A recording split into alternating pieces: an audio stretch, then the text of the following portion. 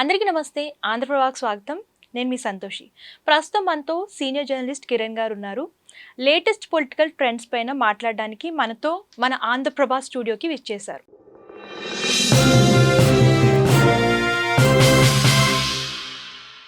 నమస్తే సార్. నమస్తే సంతోషి. సార్ ఏంటి సార్ బాలయ్య గారి వ్యాఖ్యలు మంచి ట్రెండ్ హాట్ టాపిక్ గా మారిపోయాయి. ఏమన్నాడు ఇంతకీ? ఏమన్నారు? ఆయన ఎప్పుడు ఏదో ఒకటి అంటూనే ఉంటాడు. ఇప్పుడు ఏమన్నాడు ఇంతకీ? రాజకీయాల్లోకి ఏదో చేద్దామని వచ్చేసి ఏమీ చేయలేకుండా చేశారు అని చెప్పేసి అని అంటున్నారు. అంటే ఈ వ్యాఖ్యలను బట్టి చాలా మంది నెటిజన్స్ కానివ్వండి, సినీ ప్రముఖులు కానివ్వండి, ఇండైరెక్ట్ గా చిరంజీవి గారిని ఉద్దేశించే మాట్లాడారని చెప్పేసి అని అంటున్నారు. సో దీని గురించి మీరు ఏమంటారు? చిరంజీవి గారి గురించి మాట్లాడతారని, చిరంజీవి గారి గురించి మాట్లాడారని నేను అనుకోను. నేనేమన్నాడు, రాజకీయాలకు ఎంతో మంది వచ్చారు, నటులైనంత మాత్రాన రాజకీయాల్లో రాణించలేరు, ఎంతోమంది వచ్చారు, నామరూపాలు లేకుండా పోయారన్న.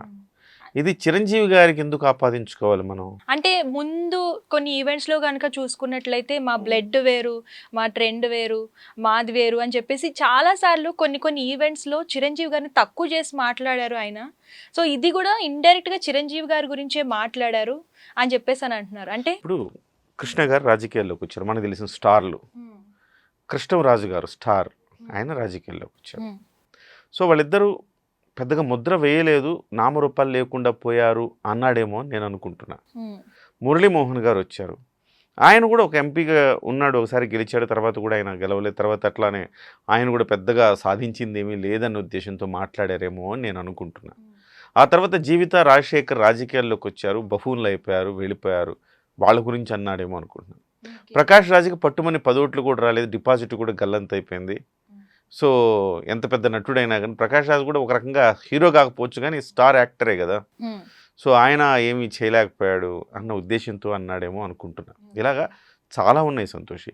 బహుశా చిరంజీవి గారి గురించి అనకపోయి ఉండొచ్చు అని నేను ఎందుకంటున్నానంటే, చిరంజీవి గారు ఒక పార్టీ పెట్టి, వీళ్ళెవరు కూడా పార్టీలు పెట్టిన వాళ్ళు కాదమ్మా. ఇప్పుడు నేను చెప్పిన కృష్ణ గారు, లేకపోతే కృష్ణ గారు వచ్చారు, ఆయన వంతు పాత్ర ఆయన పోషించారు. సో రాజకీయాల్లో అందరూ రాణించాలని లేదు, సందర్భానికి తగ్గట్టుగా ఆ సిచ్యువేషన్లో రకరకాల పారామీటర్స్ పనిచేస్తాయి రాజకీయాల్లో. సో అదొక్కటే, ఆయన ఒక్కడే సినిమా తీసుకొని హిట్ చేసి, సినిమాలు కూడా నువ్వు రిలీజ్ చేసే టైంని బట్టి సినిమా హిట్ ఫ్లాప్లు ఉంటాయి. సో కరెక్ట్ టైంలో రిలీజ్ చేస్తే హిట్ అవుతుంది, సో రాంగ్ టైంలో రిలీజ్ చేయడం ఉంటుంది. అట్లాంటి సమయం అంటే దీనికి చాలా పారామీటర్స్ ఉంటాయి. కాబట్టి వాళ్ళను కూడా ఆ రకంగా అనడం బాలకృష్ణ గారు తప్పే. నేను నామరూపాలు లేకుండా పోయారు, నేను ఒక్కడనే 3 సార్లు గెలిచాను, ఇలాంటి మాటలన్నీ కూడా ఒక రకంగా చెప్పాలంటే గర్వంతో కూడిన మాటలమ్మా ఇవన్నీ. ఇలా అనకూడదు ఎవరిని కూడా. చిరంజీవి గారి గురించి ఎందుకు అనలేదని నేను అనుకుంటున్నానంటే, ఆయన పార్టీ పెట్టారు, 18 సీట్లు ఆయన గెలిచారు, ఆయన పార్టీ ఆయన గెలిచారు, 75 లక్షల ఓట్లు సాధించారు. ఈ రాజకీయ యవనిక మీద ఎవరూ చేయని సాహసం ఆయన చేశారు. 100 మందికి పైగా బీసీలకు ఆయన తొలిసారి టికెట్లు ఇచ్చారు. మా ఊర్లో అమ్మ తుపాకుల మునెమ్మని ఒక యానాది మహిళకి ఇచ్చారు, గుడిసెలో ఉంటుంది ఆమె, యానాది మహిళకి చిరంజీవి గారి. ఎవరు ఇంత సంస్కరణ, ఇంత ధైర్యంగా, ఇంత డైనమిక్గా ఎవరైనా చేశారా ఈ రకమైన పని? బీసీలకు నేను ఇస్తానని చెప్పి 100 సీట్లు ఇచ్చిన వ్యక్తి కదా చిరంజీవి గారు. మరి ఏ పార్టీ ఇచ్చింది? వాళ్ళ సామాజిక వర్గాలకి ఇచ్చుకున్నారు కానీ బీసీలకు 100 సీట్లు ఎవరైనా ఇచ్చారా? సో ఇలాగా చిరంజీవి గారి గురించి చెప్పుకుంటే చాలా చాలా మార్పుది, ఒక ట్రెండ్ ఆయన సృష్టించాడు. అఫ్కోర్స్ ఆయన ఈ చెత్త రాజకీయాల్లో నా మనసుకి ఇవి సరిపడవు, నా వ్యక్తిత్వానికి సరిపడవు అన్న ఉద్దేశంతో ఆయన వదిలేసుకున్నాడు తప్ప రాజకీయాల్లో ఆయన ఎప్పుడు రాజకీయం వదలలేదు, ఇప్పటికీ ఆయన రాజకీయం లాగుతూనే ఉంటారు. సో కాబట్టి నేనేమనుకుంటున్నానంటే, ఇలాంటివన్నీ బాలకృష్ణ గారు మాట్లాడటం అనేది ఆయనకి తగదు, ఇలాంటి వ్యాఖ్యలు చేయకూడదు. పద్మభూషణ్ వచ్చినప్పుడు హిందూపూర్లో ఒక సభ పెట్టి ఆయన్ని పొగడాలంటే ఆయనకి ఆయన పొగుడుకోవడం ఏంటమ్మా నాకు అర్థం కాదు. ఆయన గురించి నలుగురు చెప్పాలి మంచిగా, ఆయనకు ఆయన జబ్బలు తరుచుకోవడం ఏంటి, నేను గొప్ప, నేను ఇంత, నాదంతా ఇలా చెప్పుకోవడం ఏంటది? చాలా విడ్డూరంగా, ఒక రకంగా చెప్పాలంటే చాలా వెగటుగా అనిపిస్తుంది అనమాట. ఆయన మాట్లాడే మాటలు వెగటుగా అనిపిస్తాయి. సో కాబట్టి నాకు అనిపిస్తుంది బహుశా బాలకృష్ణ గారికి ఆయన ఇంకా రాజరెక్క పోకడ, ఆ రాజరెక్క పోకడతోటి మాట్లాడారు. సో కొంతమంది అనొచ్చు, ఆయన బాలకృష్ణ గారి మీద చాలామంది నెగిటివ్ వ్యాఖ్యలు చేస్తున్నారు. ఆయన బలుపుతో మాట్లాడారు సార్, ఇలా సార్, అలా సార్ అని. ఓకే. నేను అలాంటి మాటలు మాట్లాడిన కానీ ఆయన తప్పు మాట్లాడారు. ఓకే. సరే, తర్వాత చిరంజీవి గారినే ఉద్దేశించి మాట్లాడారు అని అనుకుంటే నేనేమంటానంటే, నువ్వు ఇందాక ముందు అన్నావు మా బ్లడ్ వేరు మా బ్రీడ్ వేరు అన్నారు అని చెప్పావు. సో నేనేమంటానంటే ఆయన ఏం సాధించారు ఇప్పటి వరకు? బ్లడ్ వేరు బ్రీడ్ వేరు కదా, ఏ రకంగా వేరు ఇది? సో ఏ రకంగా వేరంటే మనుషుల బ్లడ్ కాదా వాళ్ళది, మనుషుల బ్రీడ్ కాదా వాళ్ళది అని అడగాల్సి వస్తుంది. లేదు, అంత గొప్పగా వాళ్ళు ఏం సాధించారు? ఎప్పుడు చెప్తుంటారు నేను 50 ఏళ్ల చరిత్ర, లార్జర్ దెన్ లైఫ్ అని, ఇంకోటి ఏదో రకరకాల పదాలు పెద్ద పెద్ద మాటలు మాట్లాడుతూ ఉంటారు కదా, దాని గురించి అంటున్నా. ఆయనకి సభ్య సమాజంలో ఆయనకున్న పేరేంటి?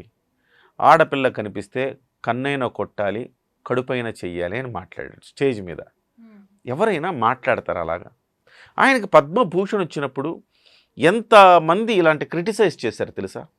ఇలాంటి వాడిగా మీరు ఇచ్చేది, ఇలాంటి వ్యక్తిగా మీరు ఇచ్చేది పద్మభూషణ్ అవార్డు అని చెప్పేసి చాలా విమర్శలు వచ్చినాయి. కాకపోతే రాజకీయంగా ఆయనకి ఇవాళ అవకాశం వచ్చింది కాబట్టి తీసుకున్నాడు. ఇక రెండవది, కనిపించిన ప్రతి ఒక్కడిని కాలుతోనే చేతును కొట్టేస్తూ ఉంటాడు. సో అదేమంటే నేను ఓపెన్గా ఉంటాను, నేను నోట్లో ఏముంటే అది మాట్లాడేస్తా అంటే దానికి ఆయన పెట్టుకున్న పేరు ఏంటంటే నాకు ఏదనిపిస్తుంది అంట, ఏదనిపిస్తే చేస్తా, నా మనసు కల్మషం లేని మనసు అని ఒక ట్యాగ్ లైన్ పెట్టుకొని ఇష్టం వచ్చినట్టు బిహేవ్ చేస్తాడు. ఇక మూడో అంశం, నోరు తెరిస్తే బూత్లే. ఒక సందర్భంలో ఆయన ఒక హోటల్లో ఉన్నప్పుడు నా మిత్రుడు ఆయన కలవడానికి వెళ్తుంటే నేను కూడా వస్తాను అని, నా సినిమా యాక్టర్ కదా మనం కలుస్తాను. వద్దు, నువ్వు రాలేవు, వద్దు, బాగోదు అన్నాడు. ఎందుకు అన్న, నా మాట విను, నీకున్న ఫీలింగ్ పోద్ది ఆయన మీద అన్నాడు. ఏంటి అన్న, లేదు నోరు తెరిస్తే ముందు ఒక బూతు వెనక ఒక బూతు ఉంటుంది, నువ్వు చూసి మళ్ళీ ఇప్పటివరకు బాలకృష్ణ గారిని ఇలా అనుకుంటావు అన్నాడు. ఒరే ఇదేంటి ఇలాగ అంటారా, ఇలా మాట్లాడతారా అనుకున్నా.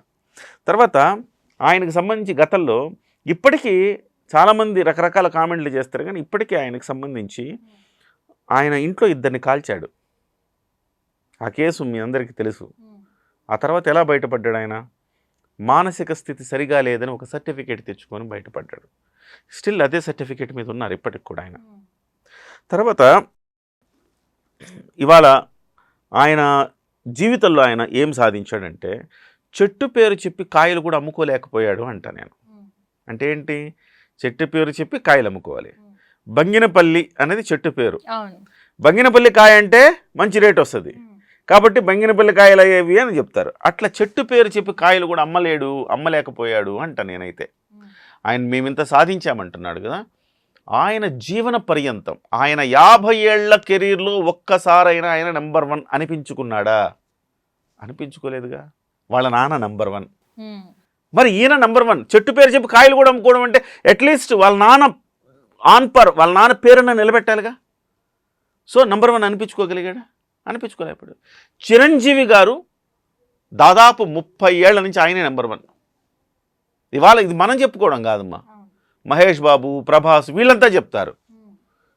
నంబర్ 1 అనేది చిరంజీవి గారితో ఎండ్. మేమందరం ఎవరి సినిమా హిట్ అయితే వాళ్ళు నెంబర్ 1, అంతే తప్ప నంబర్ 1 అనే ఒక స్థానం చిరంజీవి గారితో అక్కడితో సమాప్తం అన్నారు. అప్పట్లో ఎన్టీఆర్ రామారావు గారు నెంబర్ 1, ఆ తర్వాత తరంలో చిరంజీవి గారు నెంబర్ 1. మరి ఏనాడైనా మీరు నెంబర్ 1 అనిపించుకున్నారా? మరి ఎందుకు ఇంతంత పెద్ద పెద్ద మాటలు మనకి? ఏనాడు మీరు నెంబర్ 1 అనిపించుకోలేకపోయారు కదా. 50 ఏళ్ల చరిత్ర, మా బ్లడ్ వేరు బ్రీడ్, ఎందుకు ఇవన్నీ అనవసరంగా ఇవన్నీ మాట్లాడి? నేను అసలు ఈ సబ్జెక్ట్ మాట్లాడకూడదు అనుకున్నా, మీరు పదే పదే అడిగితే మాట్లాడాల్సి వస్తుంది. సో ఇన్ని మాటలు, పెద్ద పెద్ద మాటలు మీరు మాట్లాడడం వల్ల కదా మేము ఇవన్నీ కూడా బయటికి తీయాల్సి వస్తూ ఉంది. మీరు చిరంజీవి గారిని అనేంత స్థాయి మీకుందా అని కూడా అడగాల్సి వస్తుంది. ఇవాళ మీ పార్టీ, మీరు ఏదైతే రాజకీయంగా మీరు చెప్తా ఉన్నారో, మీ పార్టీ ఇవాళ కూడా విజయం సాధించిందంటే చిరంజీవి గారు తమ్ముడు వచ్చి నిలబెట్టాడు మీ పార్టీని. పవన్ కళ్యాణ్ గారు, చిరంజీవి గారు తమ్ముడు నడిచొస్తుంటే చంద్రబాబు నాయుడు గారు అరెస్ట్ అయినప్పుడు మీరు మీ అల్లుడు గారు ఇద్దరు వెనక చేతులు కట్టుకొని నిల్చున్నారు.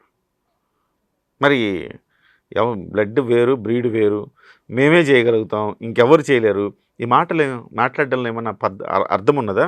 ఇంకోటి, చిరంజీవి లాగా ఆయన ఏమో స్వయం కృషి ఎదిగాడా? లేదు. ఆయన నాన్న పేరు చెప్పుకునే కదా వచ్చాడు. వాళ్ళ నాన్నగారి పేరు పోనీ వాళ్ళ నాన్నగారి పేరు చెప్పుకొని ఈ స్థాయికి వచ్చాడు కదా. వాళ్ళ నాన్నగారికి ఏం చేశాడు ఆయన? వాళ్ళ నాన్నగారికి 12 మంది పిల్లలమ్మ. జయకృష్ణ, సాయి కృష్ణ, హరికృష్ణ, నందమూరి మోహన్ కృష్ణ, బాలకృష్ణ, రామకృష్ణ, జయశంకర్ కృష్ణ, లోకేశ్వరి, పురంధేశ్వరి, భువనేశ్వరి, ఉమామహేశ్వరి 11 మంది పిల్లలు వాళ్ళ నాన్నగారికి. 11 మంది పిల్లలు ఉండి వాళ్ళ నాన్నగారు ఒక పార్టీ పెడితే ఆ పార్టీని కూడా వారసత్వంగా మీరు నడపలేకపోయారే. చివరికి బయట నుంచి వచ్చిన నారా చంద్రబాబు నాయుడు గారు పార్టీని నడపాల్సి వచ్చింది. ఇదేనా మీ బ్లడ్ వేరు బ్రీడ్ వేరు? ఇదేనా మీరు గొప్ప, మేమింత మేమంతా అంటాం? ఇదే దీనికేనా అంతంత పెద్ద పెద్ద మాటలు? చివరికి మీరు నందమూరి బాలకృష్ణ, నందమూరి వంశం నారా కింద చేరిపోయింది. విభేదించి మీ అన్నయ్య ఒక పార్టీ పెడితే నామరూపాలు లేకుండా పోయాడు. కనీసం ఆయన కూడా గెలవాల. అది కదా నామరూపాలు లేకుండా పోవడం అంటే. అంటే ఆయన అన్నయ్యనే ఆయన అవమానిస్తున్నాడా? సో ఇలా మాట్లాడుకుంటూ పోతే నేను అదే అంటున్నా, ఒకటే ఒక లైన్, చెట్టు పేరు చెప్పి కాయలు కూడా అమ్ముకోలేకపోయారు వాళ్ళు. వాళ్ళ నాన్నగారు పెట్టిన పార్టీని నిలబెట్టుకోలేకపోయారు, వేరే వాళ్ళు హస్తగతం చేసుకునేలా అయిపోయింది.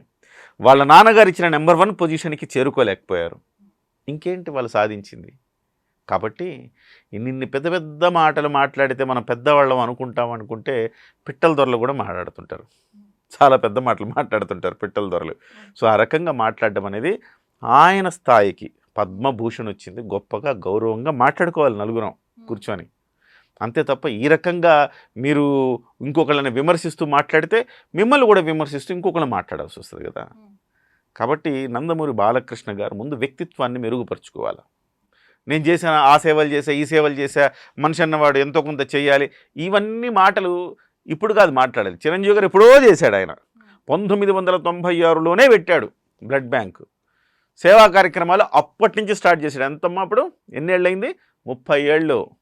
30 ఏళ్ల క్రితం స్టార్ట్ చేశాడు. ఇవాళ 10 ఏళ్ల నుంచి ఉన్న బసవతారకం హాస్పిటల్ మీరు రన్ చేస్తే ఇవాళ మాట్లాడుతున్నారు ఈ మాటలన్నీ కూడా. కాబట్టి బాలకృష్ణ గారు ఒకవేళ చిరంజీవి గారి గురించి మాట్లాడుంటే నేను చెప్పిన విమర్శలన్నీ దీనికి మీరు కౌంటర్ అనుకోండి. ఒకవేళ బాలకృష్ణ గారు చిరంజీవి గారి గురించి మాట్లాడకపోయి ఉండుంటే, వాళ్ళ అన్నయ్య గారి గురించే మాట్లాడుంటే, సో వాళ్ళ అన్నయ్య కదా పార్టీ పెట్టి నామరూపాలు లేకుండా పోయింది. సో అలా అనుంటే కనుక డెఫినెట్గా మనకేం సంబంధం లేదు, మనం ఏం మాట్లాడక్కర్లా. సో ప్రజారాజ్యం పార్టీనే నేటి జనసేన పార్టీ, అదే రూపాంతరం చెందింది. ఇవాళ అదే బ్రీడ్, అదే బ్లడ్ మీ తెలుగుదేశం పార్టీని కూడా నిలబెట్టింది. ఇవన్నీ కూడా గుర్తుంచుకొని మాట్లాడితే గౌరవం ఉంటుంది. సార్ గతంలో కూడా అంటే చిరంజీవి గారు, బాలకృష్ణ గారు మంచి స్నేహితుల్లా ఉండేటోళ్ళు. అలాగే చిరంజీవి గారి కూతురు పెళ్ళికి కూడా బాలకృష్ణ డ్యాన్స్ వేసిన సందర్భాలు కూడా మనం చూసాం. సో ఇప్పుడు ఈ వ్యాఖ్యలకి, అప్పుడు గతంలో ఉన్న ఫ్రెండ్షిప్కి, అంటే ఇప్పుడు ఏమైనా పొలిటికల్ వార్ కింద టర్న్ అయిందా సార్? నోటి దూల తప్ప ఏముండదు. ఇవాళ అన్నీ కూడా మనం మాట్లాడుకుంటున్నాం, కానీ బాలకృష్ణ గారికి నోటి దూల తప్ప ఏం ఉండదు. అంత కక్షలు కార్పణ్యాలు ఏమి ఉండవు ఆయనకు కూడా. ఆయన నోటికి ఎంత వస్తే అంత మాట్లాడతాడు. ఇక్కడ పని చేయదు. ఇప్పుడు ఇలా బుర్రతో ఆలోచించాలి, కొంచెం ఆలోచించాలి కదా. మాట పెదవి దాటితే పృథివి దాటుతుంది అని చిరంజీవి గారు అనేవాళ్ళు. అంటే ఒక మాట మాట్లాడేటప్పుడు ఆచితూచి మాట్లాడాలి. ఒకళ్ళని మనం విమర్శించేలాగా మాట్లాడకూడదు. వీలైతే నలుగురి మన్ననలు, మెప్పు పొందాలి తప్ప మీరు మాట్లాడిన మాటలు.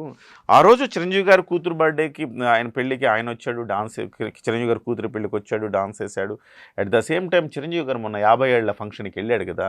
చిరంజీవి గారు వెళ్ళి ఏమన్నారు, బాలకృష్ణ మన ఇద్దరం కలిసి ఒక సినిమా తీద్దాం. ఆయన భేషజాలు లేకుండా మాట్లాడతారు. బాలకృష్ణ మన ఇద్దరం కలిసి ఒక సినిమా చేద్దామయ్యా, నేను రెడీగా ఉన్నాను అన్నాడు. సో భేషజాలు లేకుండా మాట్లాడతారు. ఈయన నా బ్లడ్ వేరు, నేను నా బ్రీడ్ వేరు, నేను చేయను మీతోటి అంటే దానికి ఏం చేస్తాం మనం? సో ఆ బ్లడ్ వేరు బ్రీడ్ వేరు అనుకుంటే బోల్డ్ మాట్లాడాము ఇప్పుడు. కాబట్టి చిరంజీవి గారు ఆయనకి అంతకు మించిన గౌరవ మర్యాదలు చిరంజీవి గారు ఇచ్చారు. బాలకృష్ణ గారు కూడా ఉంటారు, అప్పుడప్పుడు ఉంటారు, మంచిగానే ఉంటారు. సడన్గా ఏదో తిరుగుతుంది, బుర్రలో పురుగు తొలుస్తుంది. పురుగు తొలిచినప్పుడు ఇలాంటి మాటలు మాట్లాడతారు. ఇలాంటి మాటలు మాట్లాడి మనతో ఇలాంటి విమర్శలన్నీ కూడా చేయించుకుంటారు. Thank you sir. నమస్తే.